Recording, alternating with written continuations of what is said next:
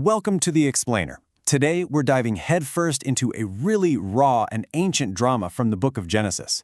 It's a powerful story about family, about desperation, and about a very human plan that spirals completely out of control, asking a question we all face.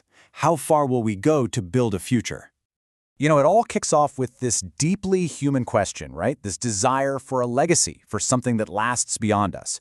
It's that desire that sets a whole chain of events in motion, events with consequences that are still felt thousands of years later. It's really a story about what happens when a divine promise feels like it's taking way too long. All right, so our story opens in this long, painful silence. We meet Sarai, the wife of the patriarch Abram. And you've got to understand, in her culture, being unable to have children, especially an heir, was a massive burden. So much of a woman's identity and value was tied up in it. And get this, a full decade, 10 years has passed since God promised Abram that his family would be as numerous as the stars. They've been waiting and waiting in the land of Canaan, but nothing. Every single year, Sarai remains childless. You can just feel the weight of that decade pushing her to a breaking point. And that's when she decides, okay, I'm taking matters into my own hands.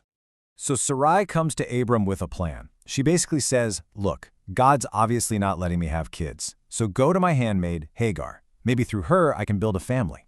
Now, this might sound wild to us, but this kind of surrogate arrangement was actually a known social custom back then. A child born to a handmaid was legally the child of the wife. And Abram? He listens to Sarai and he agrees. And on the surface, the plan works perfectly, exactly as designed. But the emotional fallout, the social chaos, it is immediate and it is catastrophic. It just blows the entire household apart. So Abram is with Hagar and she conceives. And the second Hagar realizes she's pregnant, the entire power dynamic in the house just flips on its head. Suddenly, the biological reality of her pregnancy gives her a status, a future that her mistress, Sarai, just doesn't have. And this is exactly where Sarai's plan backfires, big time. You can see the instant conflict right here. On one side, you have Sarai, who came up with this whole thing to get a child, and now she feels like she's losing control in her own home. And on the other side, you have Hagar. She was the powerless servant, but now she's carrying the family's future. And, as the text says, she starts to look down on her mistress with contempt. So Sarai absolutely loses it. She confronts Abram, but she doesn't blame Hagar, and she doesn't even blame herself. No, she puts the entire weight of her humiliation on her husband. She's basically screaming, "This is your fault. The Lord will judge between us." She feels totally betrayed by the outcome of her very own plan. And Abram's response? He just checks out. He completely washes his hands of the whole mess. He tells Sarai, look, she's your servant, she's in your hands. Do whatever you want with her. He just abdicates all responsibility, giving Sarai total, unchecked power over Hagar, who, by the way, is carrying his child. And Sarai uses that power harshly. The text says Sarai afflicted Hagar, and that's a strong word. It implies some really severe mistreatment. The situation gets so bad, so unbearable, that Hagar, pregnant and totally vulnerable, sees only one way out. She runs. She flees into the vast, unforgiving wilderness. So now she's out there, in the middle of nowhere, completely alone with this totally uncertain future. And it's here, having fled from human cruelty, that she runs headfirst into a divine intervention. Right when she's hit rock bottom, a messenger from God finds her. And notice where he finds her, by a spring of water. It's a source of life in a place of death. She's on the road to Shur, which is the path that would have taken her all the way back home to Egypt. And the angel asks these two simple but incredibly deep questions. First, he calls her what she is, Hagar, servant of Sarai, reminding her of the reality she just ran from. And then he forces her to confront everything. Where have you come from, and where are you going? And her answer is just so honest and heartbreaking. All she can say is, I am fleeing from my mistress Sarai. But the angel isn't just there for comfort.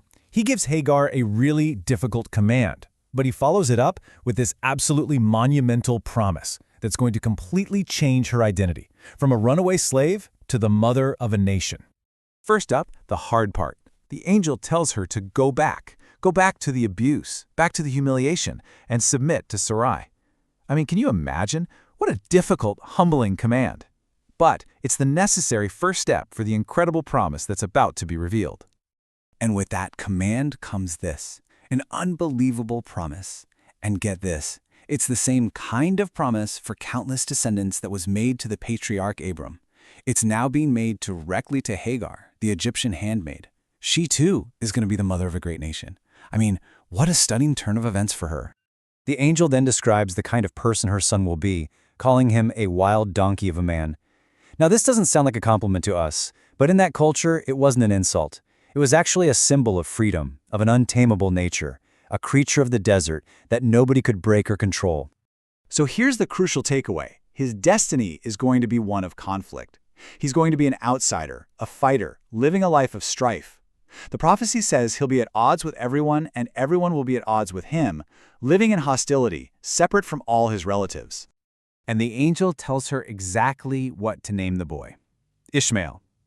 The name itself is a permanent reminder of this moment in the wilderness. It means God hears. Why? The angel says it's because the Lord has heard your affliction.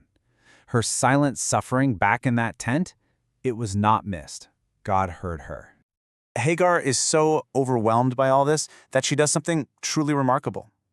She gives God a new name. She calls him El Roy, which means, "You are the God who sees me."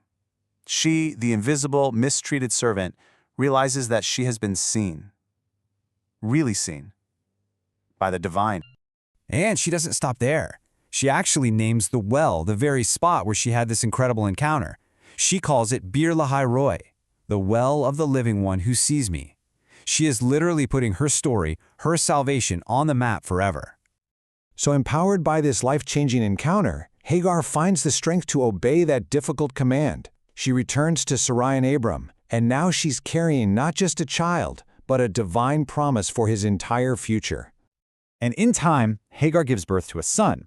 Abram, in what seems to be an act of acceptance, names the boy Ishmael, just as the angel had commanded. The first part of the prophecy is fulfilled. And Abram, at 86 years old, after all those decades of waiting, finally has a son. So the story gives Abram his long-awaited first son, and it gives Hagar, the outcast, a divine promise all her own. But it also sets the stage for a family rivalry, a conflict between brothers that will ripple out and shape history in ways no one in that tent could have ever imagined. It leaves us wondering if their solution to one problem created an even bigger one for generations to come.